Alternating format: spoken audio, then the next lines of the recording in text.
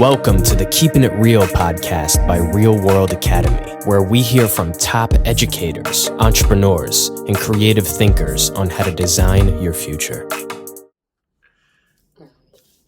What's up, everyone? Welcome to episode 2 of the Keeping It Real podcast. I'm Domenico Randazzo, songwriter and music producer, and I'm here with my cousin, Dr. Anthony Longo. And we're the 2 founding members of Real World Academy, an organization that mentors students and helps them know themselves, love themselves, and design their future. And through this podcast, we're creating a community of educators to discover the best ways to mentor younger generations. And today we're introducing 2 new members of the Real World Academy family. We have Lincoln Farquharson, who is the Chief Strategy Officer and partner, and one of the founding members of the Newark College Institute. And we have Carline Reed, one of our head facilitators, mentors, and CEO of Project Build. Yes. What's up, guys? Thank you for coming on. Thanks for having us. Yes. This is awesome. It is. Awesome. Yes. So we'll just dive right into it. So the subject of this podcast loosely is going to be about mentorship. And so we wanted to start right away and just get right into it. So for Carline, the question is, why is it important to have a mentor? Well, that is a great question. It's really important to have mentorship because it helps individuals, period, men, women, and children, but we're talking students to expand knowledge, resources, just as I say, getting in the know of what you don't know, helping you, as I say, ponder the mysteries of existence. And mentors help guide you, lead you. And it's a beautiful thing. And as I say, help build your village, to teach you to build your village. So mentorships, like I said, helps you with all those things. I think from the standpoint of a young person seeking out a mentor, what would you say are some characteristics of a good potential mentor versus a bad one, and when to dive into that kind of relationship and when to avoid it? Oh, wow. He hit me with the, ooh, wow. Okay, so a great mentor or a good mentor, first of all, we have to have those listening skills. You have to be able to listen and communicate well. Also, empathy, to be, empathetic, sympathetic, all these things to, also, I always say you have to be a person to know how to ask the right questions, because that helps the guidance process and for you to know more. I would say, you said a mentor that doesn't know. Look, it's all of those others you don't have. You don't know how to communicate. Yeah. You don't have empathy, sympathy. Also, what a person. Also, spiritual is also something that you should seek. If a person, you have that certain tie. Someone doesn't connect to you. Yes, that connection, it has to be there for you. And yeah, really, it really has to be someone you connect with. That's first, I would have to say, because you get with somebody and it doesn't feel right. And that's any relationship. Yes. But especially with a mentor-mentee type thing, that comes before. Yes. Any of the other particulars. Yeah, I call it your inner guidance system. Right. Even if you don't know it there, trust it.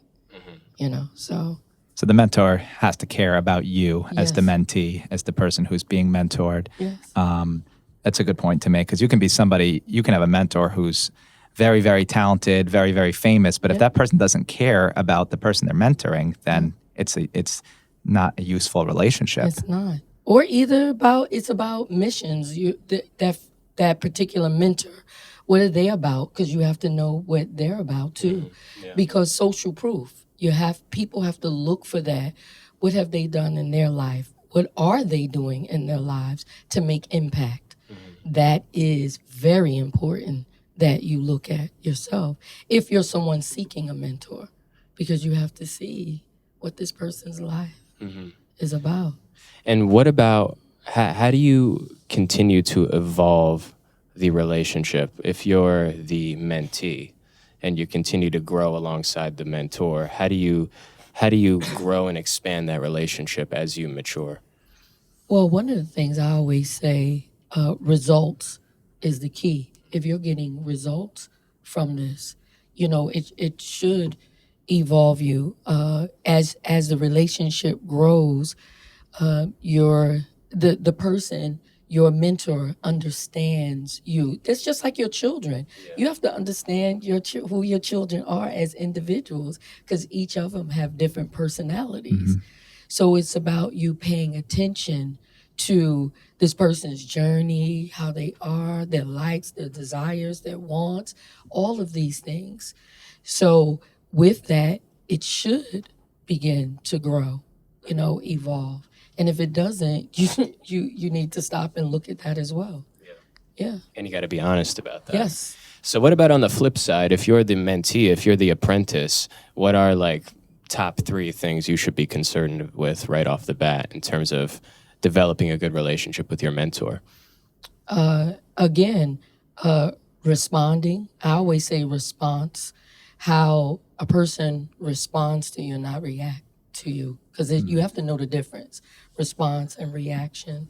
But as we say, communication, is their communication skills are up, listening skills. To me, that's number one, is always communication, because Lincoln and I always talk, if you can't communicate, there's a problem. But if you're a mentee and don't know that, you communication, or as I say, connection. The other top one is connection, communication.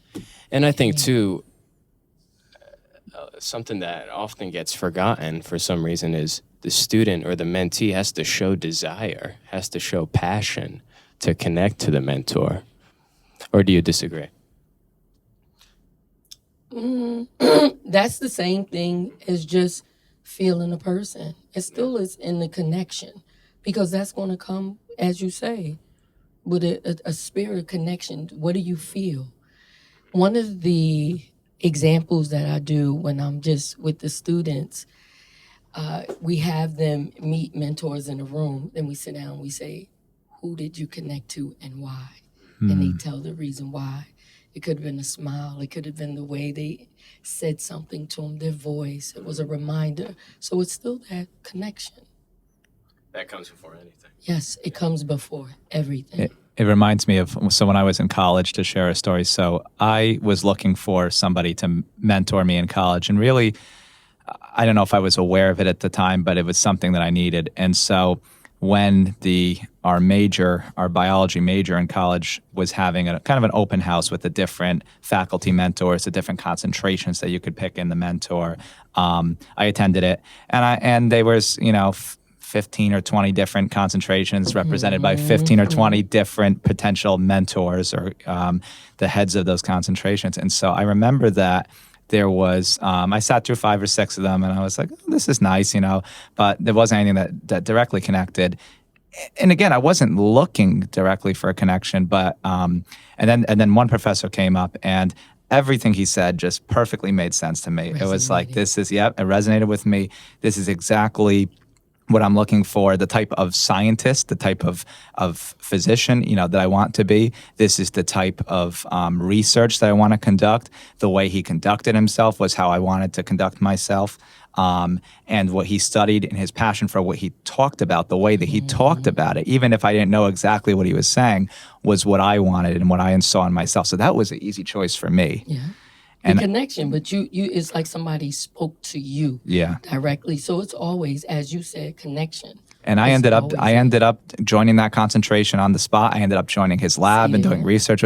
So it was, the connection was there. Connection. And sometimes it's not as obvious, I guess, for a student where, But you have to feel and trust your feelings, about it. And then you can ask more questions. I always say it's about the questions. Don't be afraid to ask questions, because this is your life. You have to speak life into it for those who know. As you say, you didn't know, but there's something instinctual that just trumps all that sometimes as well.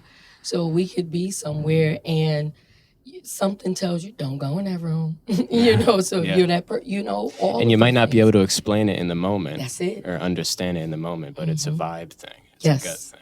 Yeah. Yes, it is. It is. And you mentioned there are different types of mentors, not just educational mentors, but there's career mentors, I'm sure, and there are spiritual mentors. There's different types of mentors. So the question is for both you and for Lincoln, what are the different types of mentors? And is a mentor that a high school student is looking for different than the type of mentor that a college student is looking for? What would you say to that question of different types of mentors, and when do you need a certain type? Yeah, you go. Take that one. You always. So I think, one, you can have the same mentor as a high school student as you do as a college student, because it's not necessarily about, for you, it's not necessarily about, because I'm a high school student, I need to pick this one. The mentor, though, needs to understand that you are a high school student or that you are a college student. So that is really the ultimate key. It's not for you to find a mentor that's specifically for high school students. What you have to find is a mentor that's going to help you achieve your goals, whatever that may be. So it may be a spiritual goal, maybe a professional goal, maybe a career goal, maybe a personal goal. And the mentor doesn't have to be a specialist in any one's profession for him or her to have a professional, be a professional mentor for you. There are certain basic things that the mentor should be able to share with you so you can grow from that. And then when you say, okay, now I want to be a physician, they may be an accountant. However, they have guided you in a way to help you find the physician coach that you need, or the physician or the organization that you need.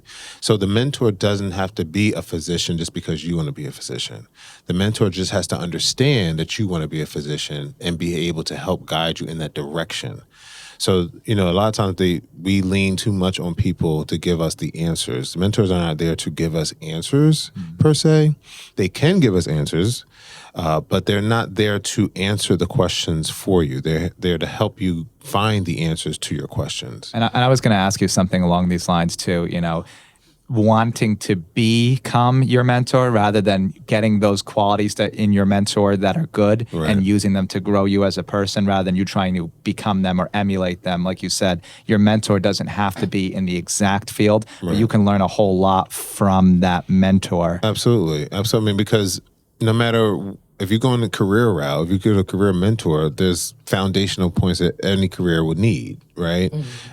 So you have to be able to network. You have to be able to write a resume. You have to be able to sit for an interview. You have to be able to be adaptive on the workforce. So no matter what your career path is, the mentor should be saying those things. These are the skills you need, right? Yeah. And they should be able to say to you, have you researched, what it is to be a physician? Have you done this? So those are the type of questions that a mentor should be asking you to help you on your journey. Now, if you have a spiritual mentor, there's a whole different conversation that's going to be had, right? And that they know just from being from any religious background, understand there's a spiritual text that needs to be understood. Are you studying that? Have you reached out to this imam or this rabbi or whatever? So, and they may have questions just about general spirituality that they may be able to answer, that they have studied some version of it and enough so that they can provide you some guidance to it. Again, they're not there to answer all your questions, but to provide a template and a guide for you. And I think, we misconstrue coach for mentor. A coach is specifically for a particular topic, for a particular period of time. A mentor is a much broader sense. So a mentor guides you towards maybe a coach, but a mentor does not have to be your coach. A mentor can be a coach, can become a coach, especially if what you want to do is basically exactly what they are doing. But a mentor does not have to be that. So I think sometimes we think that because you're not a scientist, I can't talk to you. That's not what that is. I think that's a really good point to make. What's the difference between a coach and a mentor?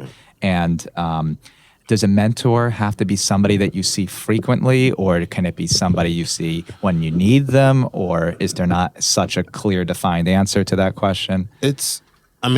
Roughly, you're basically going to reach out to your mentor when you need them. But the question is, when do you know you need them, right? So young people don't know when they need help. They only know when they need help when it's right then and there and immediate, and they can't do something. But your mentor, if your mentor knows that you're a high school student, if your mentor knows that you're a college student, they are going to provide you with the right information at the right time. So you don't have to necessarily you don't have to have an emergency before you reach out to them. A lot of times, if they're good, they should have an open door policy, and they should have a fluid conversation all the time. Hey, check in with me, once a week. Let's talk. Especially if they see you trying to achieve something in a certain period of time, or they feel like you may be missing certain things based on their initial conversation. So that mentor should have done an assessment of some sort. They should have sat with you, talked to you, and figure out what is your goal, what are you trying to do, where are you trying to go, how much time you took looking at, all these other things. And then from there, they can determine how much they should be in contact with you to achieve whatever goal you're trying to achieve. Does that mean that you can't do more or you can't do less? You can tell your mentor, I don't want to talk right there, but the mentor should at least establish a foundation of how often we should talk. I believe we should talk twice a week. I believe you should, let's do this an hour every time, based on what you're telling me, I think that, that should work for you. Now they may say, well, I can't do it, do that. The student may say that. And that's fine. The mentor will just adapt, because remember, it's not about what the mentor wants. And a lot of times, and I've dealt with a lot of mentor programs and a lot of mentors, people become mentors from an egotistical place. They want to be a mentor, right? It's, the desire to be a mentor should not overpower the desire to be needed. Okay. Interesting. So You want to be the one who shows everybody else the way. Right. Yeah. I mean, that's not really the purpose, though. I mean, the purpose is that if someone needs you, you're there, right? Not to be in everyone's face so that, okay, I guess I need you, No one should feel as though they have to need you because that's the position you put yourself in, that space to be needed. And a lot of people want to be needed in that way. They don't realize it, but they want to be needed. So they say, oh, sign me up. I want to be this. I want to be that. The best mentors I've had are people who did not want to be a mentor. Interesting. And I didn't have that many, by the way, but they were people who and they probably wouldn't even consider them mentors. I just call up and, hey, what do you think about this? And I just bounce questions and ideas off of, right? That's a mentor, whether they realize it or not, a think partner, a thought partner, for example. So those are things, but I feel like people get caught up in their own egos as mentors, and they think that they have to raise you up, right? And you have to do what they say. Yeah. You have to do what they instruct you to do. And if you don't, then something's wrong with our relationship. With younger people, especially with high school students, they're going through phases where they have to try out things on their own. They want to experience something without you telling them where to go and how to do it. And they want to be able to come to you when they want to be able to come to you. So when you try to impose your will in some way, you're going to get resistance. So you have to just maintain an open door policy and be able to be fluid with it, and to say, okay, well, I'm here if you need me. And sometimes you may have to say, hey, how's everything going? You're going to have to initiate those conversations, but be prepared for, I don't need you right now. Yeah. And not take it personal as if I don't need you ever. Right? I don't need you right now literally means I don't need you right now. And sometimes I don't need you right now because I don't know in what way to use you as well. So, it all depends. I mean, every student is going to be different. Yeah. But generally speaking, the mentor has to understand that you're in it for the other person. And if you're not working for the benefit of the other person, then this is not a space for you. So what's your advice to a student who's in that situation? That has a mentor, or that has a mentor, but they want to individuate themselves from the mentor in some way? Well, again, I mean, the mentor serves a purpose. So the question I have is that purpose being met somewhere else? So, you have to have a Because goal. you have more than one. Well, I mean, we could have more you than one. could have more than mentor, one. I mean, so- you could have more than one. And I think that, if we were to divide mentors up by categories, then you shouldn't really have more than one in each category, to be quite honest, because then it becomes a conflict. But I think, there are people who have, to answer your question specifically, you're saying that if they don't want to use a mentor? I'm saying if a student is in a situation where they have a mentor and there comes a time where the student wants to break free from the mentor, or as you said, young people have this natural desire to explore things independently, and that's a healthy and positive thing to do. So how does the student communicate that to the mentor in a way that's not destructive? Just saying that, that's just saying it pretty much. I mean, there's all kinds of ways to say it, but you just got to say it. The burden will be rest on the mentor to understand that and to receive it, or just to know. So even if you don't say it, they know. If we're talking to students, we do want to tell the student, you got to communicate, right?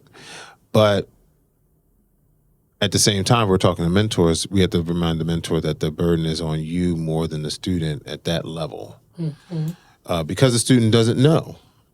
And so how could they tell you when they don't know? Or how can they, sometimes the student may feel as though they don't want to upset you, or they don't want to lose you, so they just not tell you the truth. I mean, we do that as adults, right? We don't tell the truth because we're afraid it's going to cause a negative reaction. And so they just refuse not to do it.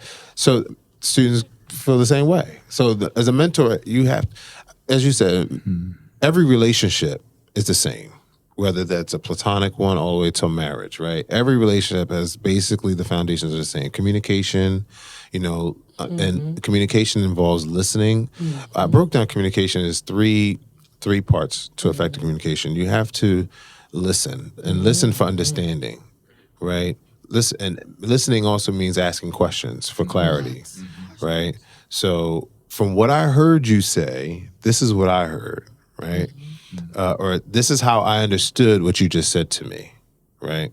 So that's listening, hearing it, digesting it, and then repeating it back sometimes to make sure that we both understood it the same way, right? The other thing is being honest.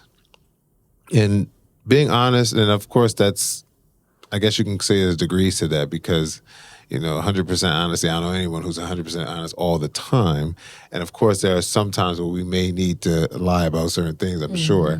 But I think but when I say being honest, it's really about building credibility. So the mentor cannot lie, and neither the mentee shouldn't be lying about things, because it lessens the credibility. And when we do not have credibility, it's very difficult for people to then listen to you. It's also very difficult for people to talk to you, okay? And so you're without credibility, we can't have communication unless we believe what each other is going to say in that moment, right?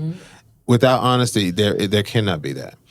And then the third piece is knowing your audience. And the mentor, again, has to have all these three pieces. They have to be honest and open. They have to be a listener to be able to say, this is what I heard you say, or this is what I understood when you said that. And they have to know that the person may not have the skill set to actually communicate effectively as well, right? So knowing your audience, I know Carline, I know Anthony, I know Domenico, and they all speak differently, they all communicate differently. And as a person who is now related to them in some way, have a relationship with them, I have to know how each of them speak and operate, so I don't misunderstand when they say certain things or when they do certain things, right? And that takes time. That's the hardest part, is getting to know the person, because you have to really take time and really do some kind of like research with the person to really understand how they tick.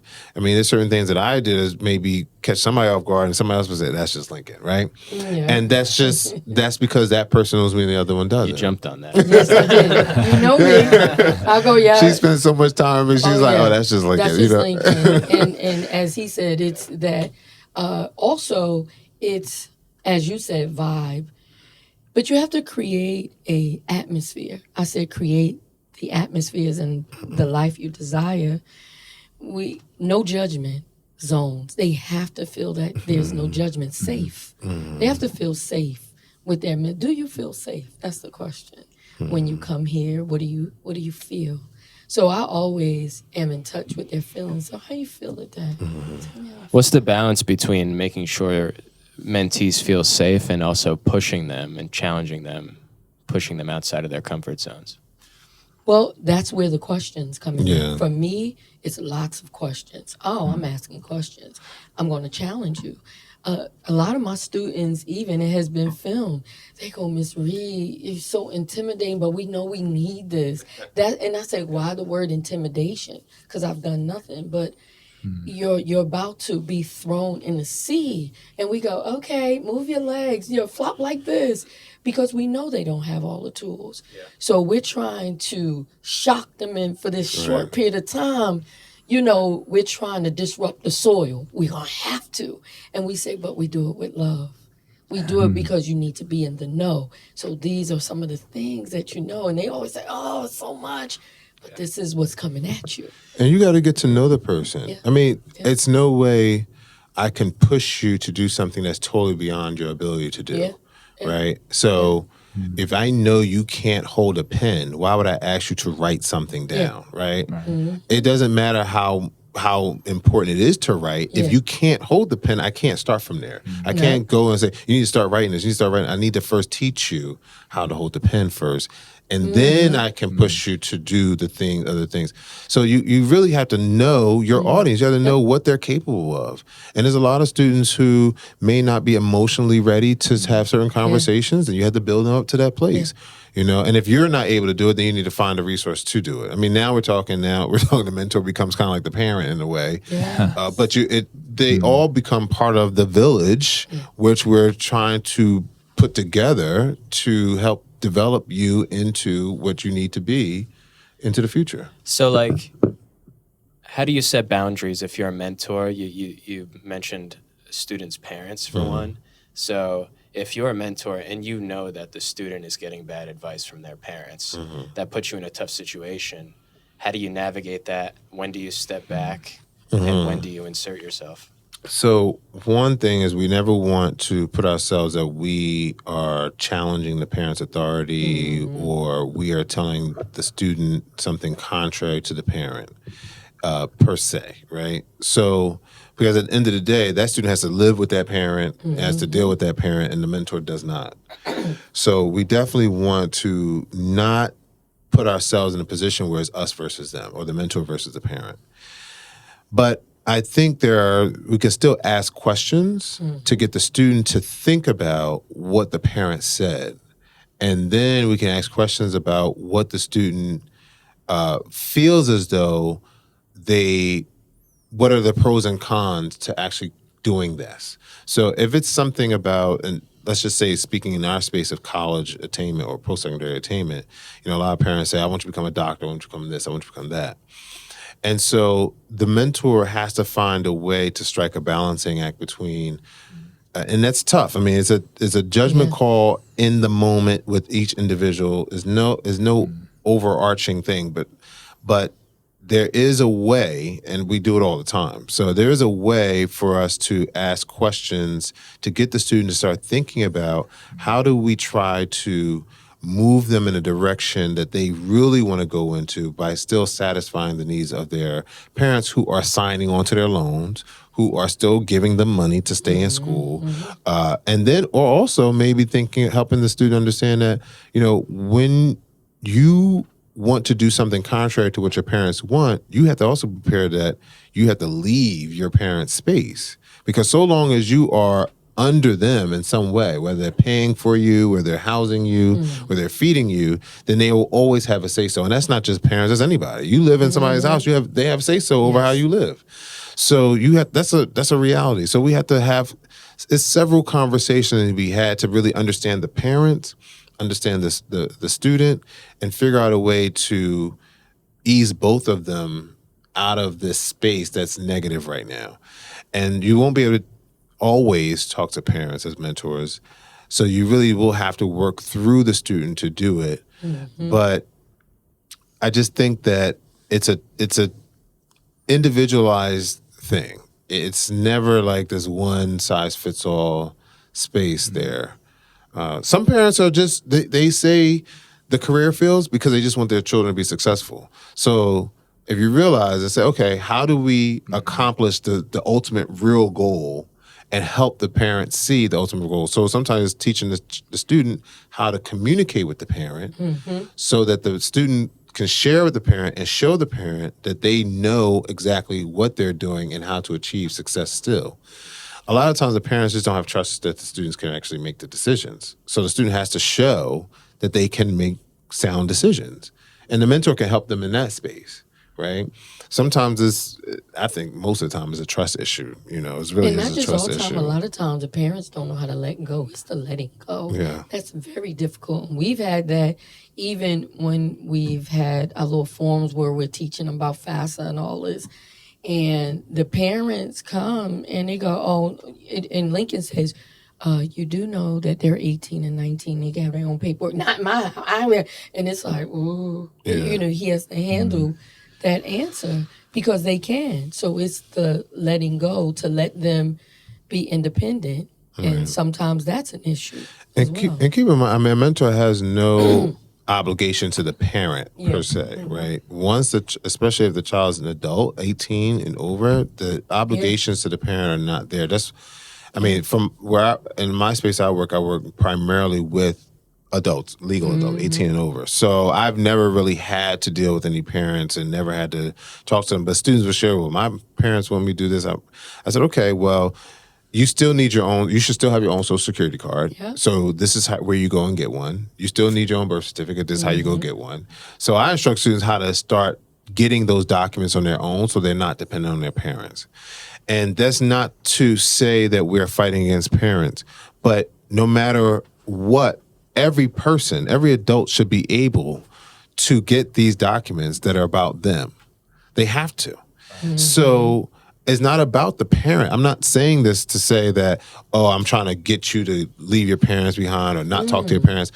There are certain documents, if you don't have your own social security card, you need to know how to at least pick one up, have one of your own. So let's start there. There's certain things that you're going to need regardless if your parent is the greatest parent or the worst parent alive. So that's where I like to go, and that's a very neutral space, and that's why I like to ask. So if someone was a question, he's like, oh, what are you telling my student? I say, well, I would tell your student the same thing I tell any other student. They need their own documents. But to Carline's point, I've asked them, we had parent meetings, and I said to parents, do your children know how to cook? And they said, well, I don't let my child in the kitchen. I said, do your children know how to wash clothes? They said, I don't let my child touch bleach. So I tell them, I said, these are the things. So I run down what they need to know about college, and they're like overwhelmed. I said, yes. So that's why we have to start teaching, and it's maybe passing along. Maybe now the mentor may want to have a conversation with these parents. All right, so I have a question for both of you. Without revealing someone's dirty laundry, what was the most challenging experience you've had as a mentor? Carline, start with you. Ooh, that's a good one. I don't even know. They're all challenging. Yes. That's what I was saying. It's, that's a good one. I can't think of, because as he said, they all have a degree of challenge. You want to go with one? Do you have any? Yeah. I feel like you have a go-to. He probably have because I can't. It's so A good. challenge? Just off the top. Yeah. Off the top. Can't A even challenging think off the- situation. Something where or- you couldn't engage with the mentee, or it was just not working with that particular mentor, or some situation where it was Wait, just with the mentor or with the mentee? Mentee. With the So mentee. the biggest yeah. lesson you've learned as a mentor through whatever challenging Yeah. situation. You know what? Honestly, I've never had any one student as a mentor, as a mentee. So, no, let me take it back. Now, you know what? Some have worked for me. So I guess that would be kind of like in a mentor. So it was one student who would just debate everything I say. I'm like, why are we debating this? Like, always got to debate everything, challenge everything. may have been I a debate say. club. You never know. It's like, no, they weren't. They weren't even skilled at debate to join a debate club. I'm like, Oh man. you're arguing Yeah. about something you don't know anything about. Yeah. Like, you literally are arguing about something you know nothing about. And then I would trap them in a corner, basically, when I say corner, I mean, figurative corner of a conversation Right. where they would admit that they don't know it. I'm like, so now you're admitting you don't know, but yet you still want to, So, I mean, I understand psychology, so I understand why they are the way they are, but I need them to see it. So sometimes we have to go down this road so that it comes out. And that now it's out, this is how you are, understand it, right? I said, no one, if this was a different situation, no one would ever put up with this. No one would. Because no mentor is obligated to, this is free. This is their love for you and the work that they do to share with you. And if you're putting up all these barriers as unnecessary, they're not going to want to devote that much time to you anymore. And that was a wake-up call. I had to fire the person, but because matter of fact, maybe they quit. I think that one quit. Oh, yeah. I fired quite a couple few. of them. Examples. Oh my goodness. That Tough boss. But I think he quit. But he had a whole bunch of other things that he wanted to do that had nothing to do with me. It was just his future goals, and he had issues with authority and people telling him what to do. I'm like, Most people have to get out there, and as I say, you just have to get out there, and the world's going to teach you all you need to know. That's how it is, and we just say, I'm here.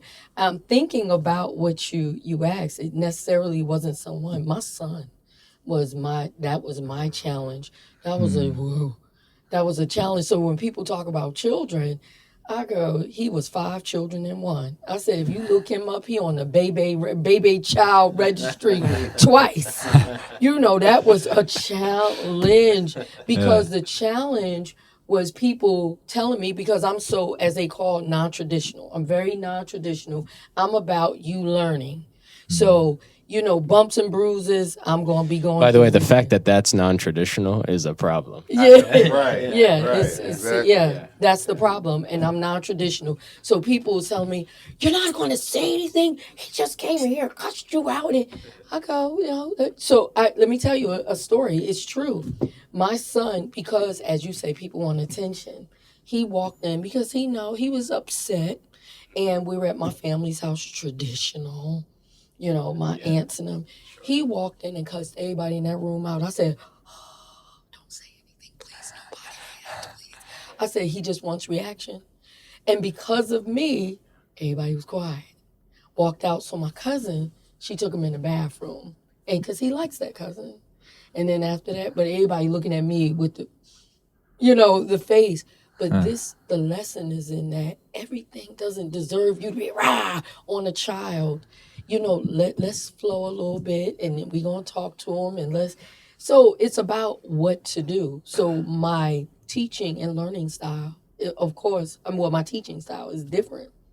And so that was a challenge, is guidance and trying to keep everybody else's, whatever their thing is, off of somebody else. Let him, he going to get it. Yeah. Just, so we got to keep our arms so they're in this circle. Hurry. I feel like, and that speaks to a larger point. Yeah. Like, a lot of times people try to impose their way of doing things on you, but it's really just to justify their own lifestyle or their own methods of whatever. And you could probably speak to the validity of letting students learn on their own from a child psychology perspective, and how you need to allow your mentee space to kind of evolve on their own. You know, that's equally important. Yeah, it is. Yeah, I think that it's the same thing as being a helicopter parent. You know, you can be a helicopter mentor, you know, where you're just giving instructions and you're not allowing them to make, you know, those clear decisions. And, you know, I wanted to ask you both, you know, you did a great job of outlining what makes a good mentor. Now, how does somebody go about acquiring that mentor? How do they find the mentor? How do they match with the right person? How do they even and it's a very complicated question. But that's a hard question, because it took me many years. My boss became a mentor for me, you know, like, and I went out looking for Black male mentors and I couldn't find them.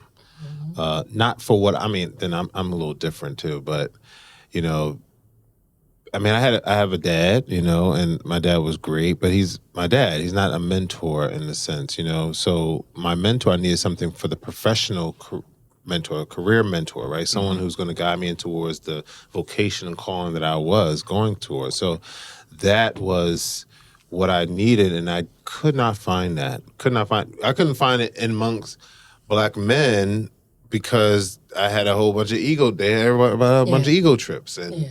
You know, so I already knew, I said, this ain't going to work. So it was ended up being a Black woman who became my boss. And then I would just talk to her all the time, just working with her, over time developed into a mentor-mentee relationship. So it wasn't that I found it by chance. That's what I'm saying. It wasn't like you can pick up a phone and call up something and say, hey, I need 1-900 mentor. You know, there's mentoring programs out there that try to connect people to mentors. But honestly, you know, without the right connection, and we talked about that earlier, the connection piece. But I think for me, so for example, when I have a facilitator come and speak to students, if this facilitator can't deliver the message the right way, it doesn't matter how smart that facilitator is. The facilitator the delivery has to be on point. So yes, what you say has to be good, but how you say it has to be good too. And so I think in these programs that deal with mentors, they're so concerned with the mentor on paper. And the mentor on paper, everybody looks great on paper. But one-on-one, it becomes a totally different scenario. And it's hard because a good mentor for you won't be a good mentor for me. Right. Even if we're both doctors, both in the same, even if we work in the same facility. We could both work in the same operating room, and I don't like your mentor. But you love your mentor. I need a totally different one. It's hard to explain other than that. And so it's not a one central place you can go to find that. You know, you just have to, in life I've learned that if you want something, you have to say it all the time. You have to bring it to the forefront of your mind. And that's when you'll run into it. You'll eventually find it. And it doesn't happen right away, but you'll find it. And, you know, I know sometimes, I don't know if you want to go deeper into that thought, but people don't believe in, and that's kind of where even from a spiritual place, they talk about prayer. Prayer by itself isn't, I try not to use the word prayer too much because I don't want to make it seem like a religious thing. But what prayer is actually doing is, from a psychological perspective, is constantly bringing these things to the forefront of your mind. It's focusing your mind, and people say the same thing about affirmations. Right. You know, a lot of people get spiritual with affirmations. And but even if you take that element out of it, it's just creating a framework for your brain. Right. To identify something when you see it. It's the same concept as if when someone you know gets a new car, and all of a sudden, you see that car everywhere. You never saw that car before. Why all of a sudden now do you see that car everywhere? That car has always been around. You just never paid attention to it because it wasn't at the forefront of your mind. Someone you know close did not have that car, and so therefore it was nothing to think about. And so it's the same thing as speaking things or constantly thinking about it and putting things into the forefront of your mind. If you say, I need a mentor and I want a mentor, and you design that mentor in your head, or you think of the attributes of the person you want to be around, and it doesn't necessarily have to say, I want a mentor, but you say, I want to be around this type of person and I want to find these type of qualities, you'll see yourself coming across people and they say things or do things that now catches your attention. Those people are always there. Those things are always being said around. You just never paid attention to it. Now that you know, the same thing I tell students about their career field. I ask them, if you could wave a magic wand and be anything in the world, what would that be? And I want you to be specific. So you can't just say you're a doctor, right? You say you want to be a gynecologist, or you want to be a neurosurgeon. When you speak it and you delve deeper into it, and I ask you like why and where, and I ask you all these questions, see, now the questions and the answers start causing you to think more about it. Next thing you know, you're seeing an article on it, right? You're someone online mentioned it. Yeah. You ran across someone with it. You saw a sign that said it, right? Now all these things are just popping up in your life. Siri was listening to it, so now I got ads coming through. Right.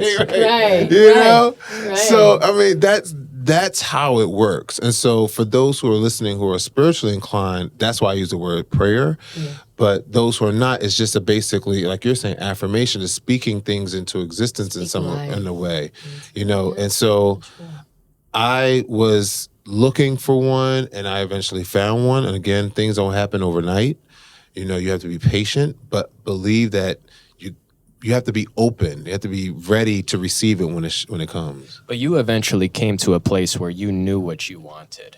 And I feel like that is a huge problem that we need to address for students, is they don't even know what they want first, right? So in order to have affirmations, you got to develop that framework, like I said. So it starts with experiences, right? You can't know anything by sitting in a room all day long. Like, you're never going to know what's possible, what's available. You don't even know. So how do I ask a student what they want to be if they have never seen anybody do anything? It's impossible. So that's why we have to, one, expose our children to as much as possible. Yes. Expose our children to as many people as possible, as many ideas as possible, as many concepts, as many places. Because all those things collectively generate ideas, thoughts, imagination generates from that. And then that gets the brain moving in a particular way. Then we start asking our students questions, right? No one's ever asked, I ask, no matter what age they are, if I ask a person, if you could be anything in the world, if I could wave a magic wand right now, make you anything in the world right now, be specific, what would that be? You don't know how many times people have told me that's the first time somebody has asked them that question. And it's not about 8. I mean, 40 years old. No one's ever asked them that question. Really good point, yeah. Right? And because no one's ever asked them the question, they never had to think about it. Someone has always told them what they should be. Yes. And so you gotta ask the question. You gotta expose the students. You gotta ask them more questions. And so that's what's going to get them onto the trajectory to understand what it is they want to do. Then you put them in these spaces, right? When they start thinking, okay, now I feel like I want to be, a truck driver.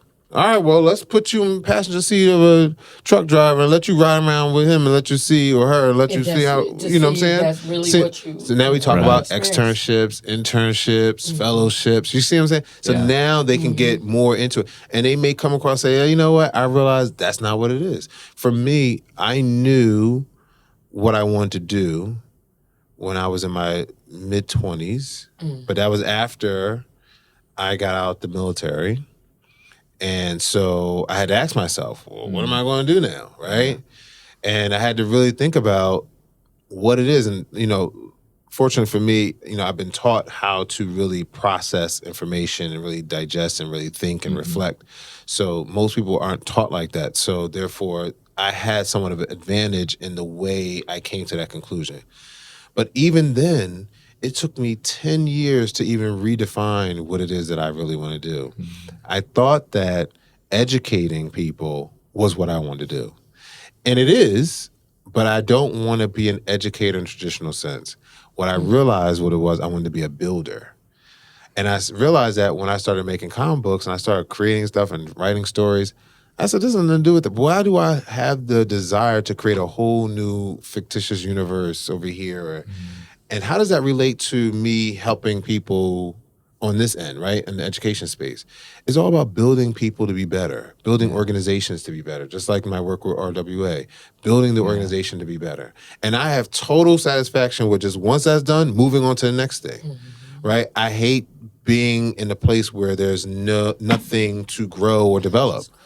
Like I just once all the growth and development has happened, there's no point in me being here anymore. So I don't want to educate you continuously. You know, I want to put you on the path where you can educate yourself, and I feel like I'm done. So I realized that it took me 10 years after I thought I had it to really redefine. And the only reason why, because someone said something to me that made me think about that, to make me come to that conclusion. I did not even come to that on my own. Someone said something to me. I can't remember what the conversation was. And it just hit me. I'm not an educator. I'm a builder. That makes so much sense now. So we were talking earlier, you mentioned you wanted to discuss nature versus nurture. Do you think that was an innate thing within you, or is it something you learned, or a little bit of both? So I'm going to go back to speak generally first. I always like to speak generally before I speak specific. So generally speaking, we come out the womb knowing nothing, right? In my personal belief, though, I think there are certain things that are passed down through genetics and through maybe it happens in the womb. Maybe just, the child just hearing things in the womb. I don't know. But I do think that we do come out with certain innate gifts or inclinations to do something. I mean, it's the same reason why people lean so hard on the zodiac, for example. Some people are just more inclined to do something than others, right? Doesn't necessarily mean that their path is destined in a particular way, but they're more likely, if given the proper tools, to perform in this way, in this direction, right? So it doesn't mean I don't think that you're predestined to be a doctor or predestined to be a musician. However, as a parent, if I see you doing things, banging drums all the time, right? Maybe you just have an inclination towards sound and beat and rhythm that I just don't know about. And the right? science backs that up. Yeah. Right. Yeah. Oh, okay, good. Because I haven't read any of that. No, the science backs it up and about. I'm so glad we have a doctor here to prove my point. Speaking in the womb, they said the woman's mouth moves more than the man. All that is backed up. So I do think that yes. so those things are innate, but it takes nurturing to build up. That's right. Yep. Yeah. So a lot of people's natural gifts are not nurtured, so they don't get to really delve into them. However, there's much more about the individual outside of those natural gifts, because those natural gifts aren't about really personalities. Those natural gifts don't really talk about your ability to learn or what you know, right? So that's the part, which is probably 90% of you, is the part that I would say is nurtured. Like you have to be taught how to treat someone. You have to be taught how to be selfless. You have to be taught, you have to be shown love. You don't know love, you just have to be shown love and taught love. So, and love is the foundation of almost all of this, right? Love starts it all. And a lot of people don't have it. And the love that only a parent can give, really, is what I'm talking about. That kind of love. And so, nature and nurture, to your question, certain things are going to be natural. You see your son doing backflips at 2 years old over the couch all the time and climbing things. Maybe you might want to get them in gymnastics, see where this goes. Yes, and guess what? It may not go anywhere. Maybe that was just something they were just doing. But there may be something there. We don't know. But nurturing is such a major deal, because nurturing develops the innate, and it also creates you into who you're going to be. And child psychology tell you, first 10 years of a person's life makes them for the rest of their life. The foundation, the moral compass, everything. The child doesn't come out with knowing right from wrong. You got to teach that. And if the child doesn't know right from wrong, if you teach them the wrong way, then the decision making from that point on will be, going along with whatever that moral compass is. I want to touch on, go back. So whoever's hearing this will know, as he said, experiences, they shape us. A lot of experience, and they shape us. And as I say, words create things when he was saying speak. So I encourage all the students, even adults, speak life into what you want. It doesn't matter what everybody speak life. If you said I've been looking at this and something, I want to do this, and what makes you want to do this? I want you to know when I talk to them, I say, walk me through that. What does it look like? I need you to visualize this. So start from the beginning. I was like, all right, well, Miss Reed, I see myself. Okay. And what else do you see? Do you see it? Is it red? Is it blue? So we can start to, I call it conscious creating. Let's create this so you can see it and you see the smiles on their face. I said, that makes you happy. Yes, because they never, as he says, no one ever asked them. So now I want to go that extra step and I want to expand. So I encourage y'all to, speak and put yourself in experiences. Look, telling the parents when they go, no. If a child says, I want to go visit there and I want to see this, find a way to allow this. Go with them. Stop being afraid. Oh, I don't want to go over there. For their sake, not for the parents' sake. Right, Yeah. for their sake. And that's what I'm saying. All of this matters, and that speaks to the nurturing part. Mm-hmm. We have to nurture that. I was all about, my mom was so supportive of everything I did. If I say I wanted to be a cheerleader, and then I was like, well, I don't want to do it no more, she was like, all right, she's not doing that no more. I'm an actor. Okay, she's an actress now. Like, everybody go on. It's like, I don't want to do that more. Okay, you sure, baby? You want to? No, Mom, I kind of like this. She's like, okay, now she's around. Hey, out there with the cheerleading. But she had the knowledge to see that, okay, my kid is going through these different phases. It's a Right. healthy thing. Right. One negative symptom of having helicopter parents is you live for the parent. Right. So Right. it's like I've been doing soccer for 12 years because my dad wants me to do soccer or whatever. Yeah, I mean, people have great intentions, but the road to hell is Yes, also paved with them. So, Right. I think we definitely need to have another conversation on parents.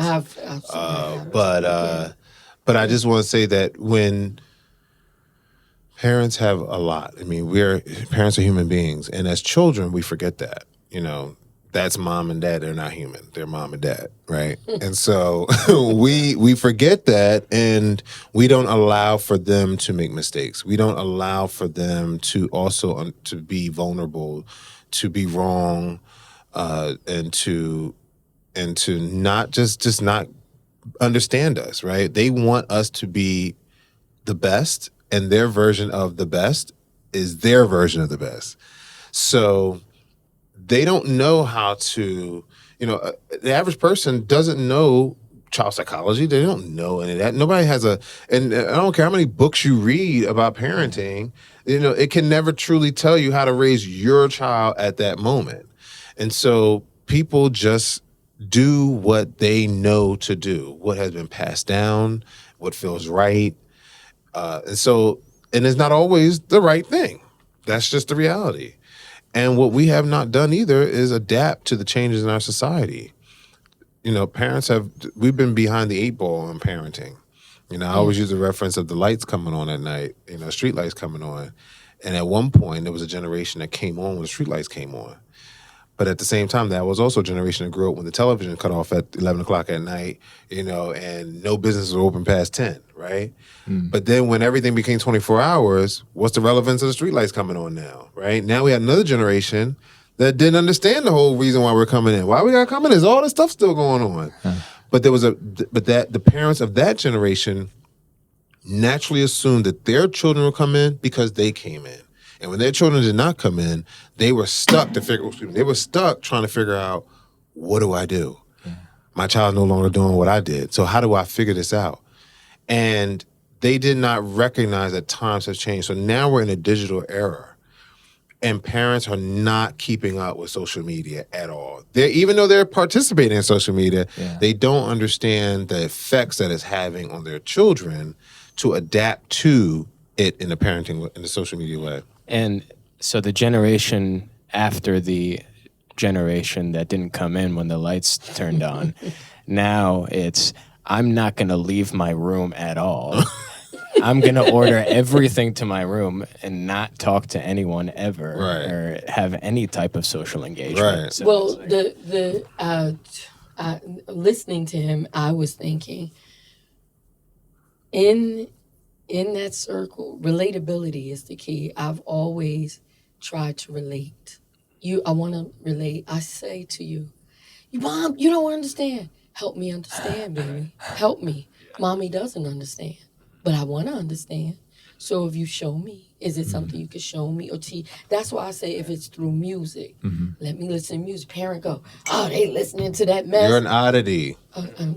You're an oddity. You know what I mean? But that's the problem, is that she's an oddity. Well, yeah. And it shouldn't be a problem. You know, I was just thinking of we had a similar experiences when we were in high school, is to some degree, you know, not having a focus per se, and then a mentor came into our lives. So for me, leading back to that, it was I had a very unusual situation where one of my teachers in high school was a physician. She was a physician who had decided to go into teaching, and so I had this literal doctor teaching me like for 3 out of 4 of my years in high school. So it was very, very focused, very regimented. I had that regimented thing. And when I was, late, or if I remember I handed in a piece of paper that was crinkled a little bit. It's like, I'm not accepting that. And I had not encountered that yet. My middle school, I hadn't really encountered that level. And there's, when do you have a doctor teaching you? Right. That's a very rare situation. So I was lucky that I had that, but most kids do not have that. They don't have that focus. And for you, I remember when Nick came into your life, who was one of his, and Domenico has many mentors, but Nick, who was a musician and an artist and somebody who had their own record label, came into your life when you didn't have that focus in high school. When he... not that you weren't focused, you were a phenomenal student, but you needed somebody to engage you. You did not have that. Well, where am I going to find a mentor who understands the music Relatability. business? It was not available to you. It was not available to you. Yeah. Relatability. So that comes back to the importance of a mentor. Is students are placed in a very particular structured environment, speaking about public high school. And if you have a student whose ambitions lie outside of those cookie cutter boundaries, you are not going to have access to a mentor. It doesn't matter who you are, who your parents are. Well, that's why I was going to say, Lincoln was specifically after, said, how does Real World fix that problem? How does Real World Academy fix that problem? Yeah, because we bring in mentors. We have mentors in Real World Academy, and we train our mentors to be mentors for pretty much anybody, right? And if we're not the right mentors, we can help the student find their mentors, right? So our job isn't to be the end all be all, but saying, okay, now we can teach the student how to find and identify the right mentor. We can even work with parents on helping them help their children find the right mentor. Because it does fall, at the end of the day, we can talk around parents all day long, but at the end of the day, the buck stops with them. The parent is the most influential person in any person's life. Period, hands down. Even a parent that's not there has influenced their children by not being there. Right. That is a very influential parent. And so parents are very influential people. So, when you're saying that, the school doesn't provide this, then the default then goes back to the parent. When your child has an interest in music and there is nothing available at the school, what is the parent's now next step? Is the parent going to go out and help the student find a mentor for them? Or is the parent going to just find another school completely and move the child to another school? These are questions that parents should ask themselves. Right. Now, again, in sympathy to parents, if you don't know to ask the question, you just won't do it. If a lot of parents really see their kids just naturally do stuff, and they just like, I don't know, he's doing his own thing. I'm just sitting here watching. And right? even if you did know to ask the question, where are you going to find a recording industry contract for a student like Domenico was? Right. You might not have access to that. Well, you might not, but you know what? If we do what we want to do. Right. Okay. I've seen people say they're broke, but yet they spend money on what they really want to spend money on. I've seen people say, I don't know, but yet they know something else that, like, they could recite to me sport stats from 1965, but yet you don't know this that is affecting your child? Like, that's a big issue for me. Right. So I do think that not everything is going to be easy, but in the digital era right now, we are living at a time in our lives, like more than any other time, where the information is literally at your fingertips. Yes. Anything you want to know, even if you can't maybe get direct, precise information, you can get some general information. At the very minimum, you can get general information on. You can get it through a device in your cell phone, your laptop, or someone else has a cell phone or laptop that you can use to get that information. Today is not the day that you can sit there and say, I don't know. And I tell the students all the time, you cannot say that anymore. Anybody. You could have said that 30 years ago, but you can't say it now. And you know, I want to just say to parents, and I won't speak to me. I want to help my child. I see my child, and he's saying this. I'm going to do all that I can. Well, my mother was like that. Well, I don't know. Let me call Pat and see what she know, because this village. And then Pat ain't know. And then you listening to, the girl say she wanna have sex. So listen, I know you know about this. And he played a drum. So and you're listening. And then they say, well, let me find. And then they're reaching out these networks. So because we want to find somebody. Well, I'll keep an eye out for it. I know somebody back there used to do.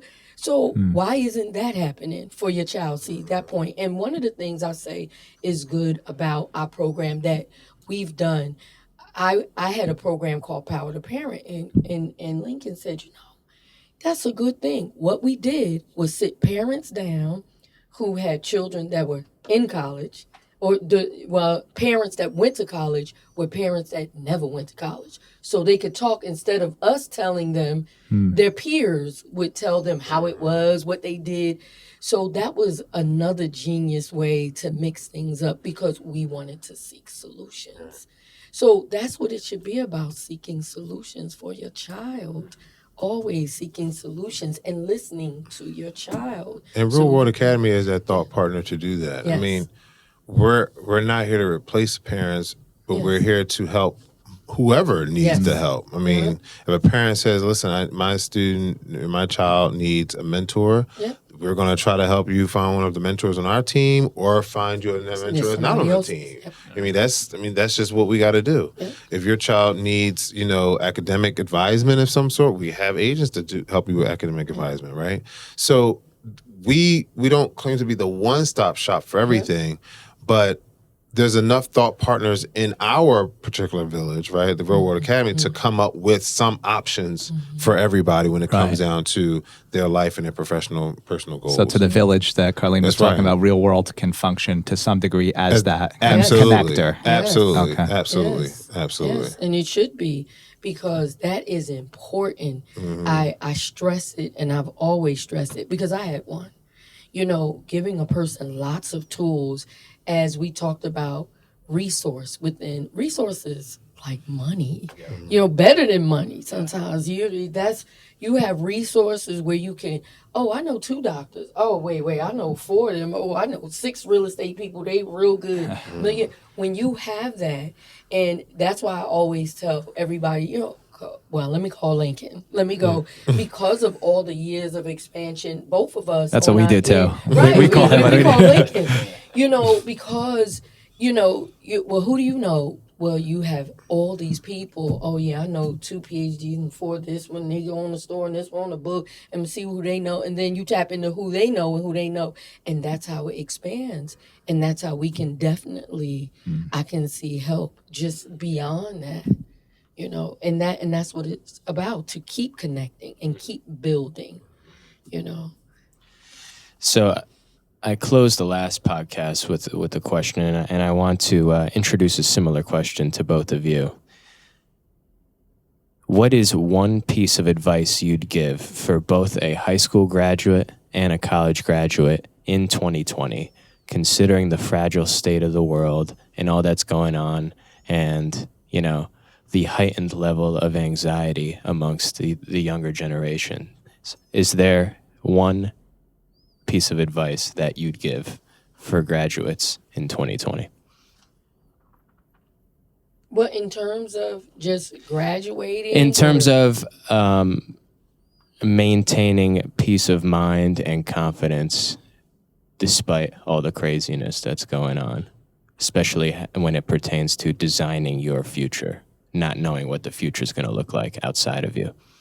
Mine is always, and I tell this piece all the time.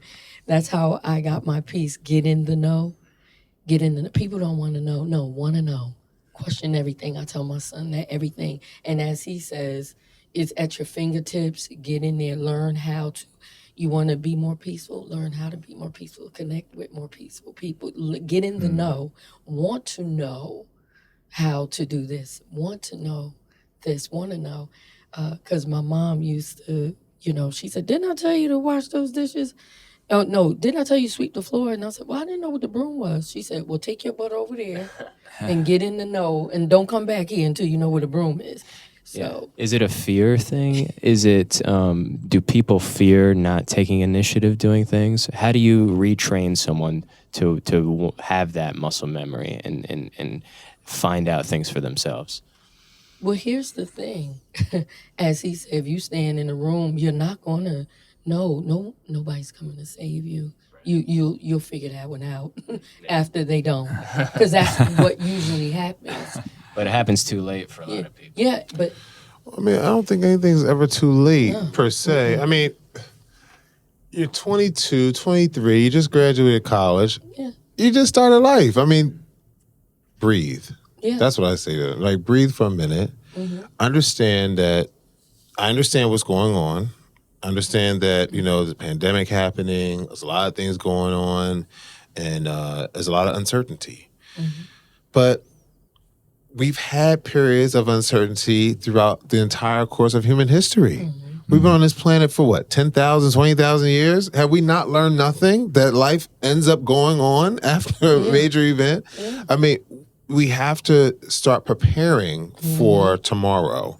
Meaning, like, when this is over, what am I going to do? Right? Right now, I may not be able to do X. I may not be able to do Y.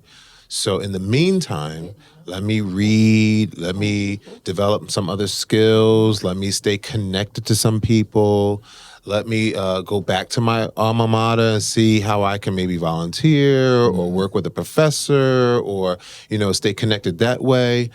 Maybe I need to now find a new mentor or maybe I need to talk to my old mentor if I had one and see how I can connect to a new mentor now.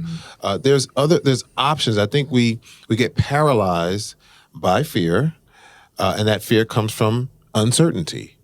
But if we rest on history, then you would understand that this is just a moment in time, right?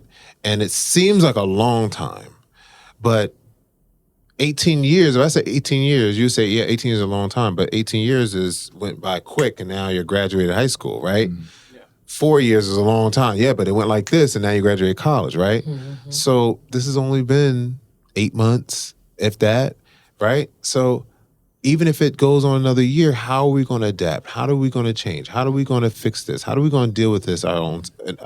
Deal with ourselves and try to overcome this barrier. How are we going to let this stop us from doing whatever we need to do? It sounds easy. I understand, and I understand. I'm not trying to make it sound like it's going to be easy for everyone, but you can't change anything, right? You're not going to be able to provide the vaccine that's going to cure everything, right? You're not going to be able to go and change the government into the model that you want, right? So there are things outside of your control. We can't overburden our minds and our feelings on things that's outside of our control. Right. What can you control? You can control you. So what are you going to do while you're limited in this way? What can you do? There's a lot of things you can do. Like I said, you can start reading, developing your skills better, networking still. You still should be out there. There's people still hiring. There's people still, life is still going on for a lot of organizations. Turn the TV off. Because that's perpetuating your fears too. Turn that off. Get off social media.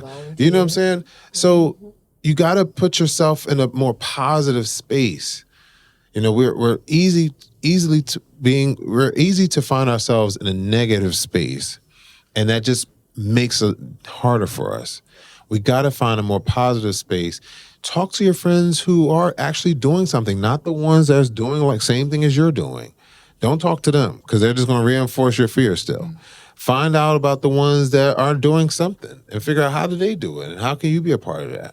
Maybe they may know someone, right? Which is why it's important if we had started in college of networking, right? Then we would have a broader network to pull from versus just people who think and act like us. Now we're all in the same boat, right?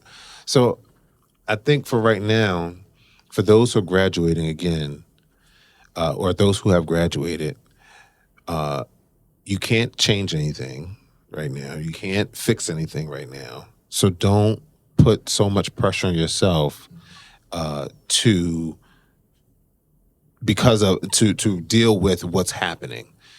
Take the time to really breathe, do some meditation if necessary, do some health and wellness activities, some self-care. Read some more, get familiar about whatever you graduated with, continue to develop your skills and knowledge in that space.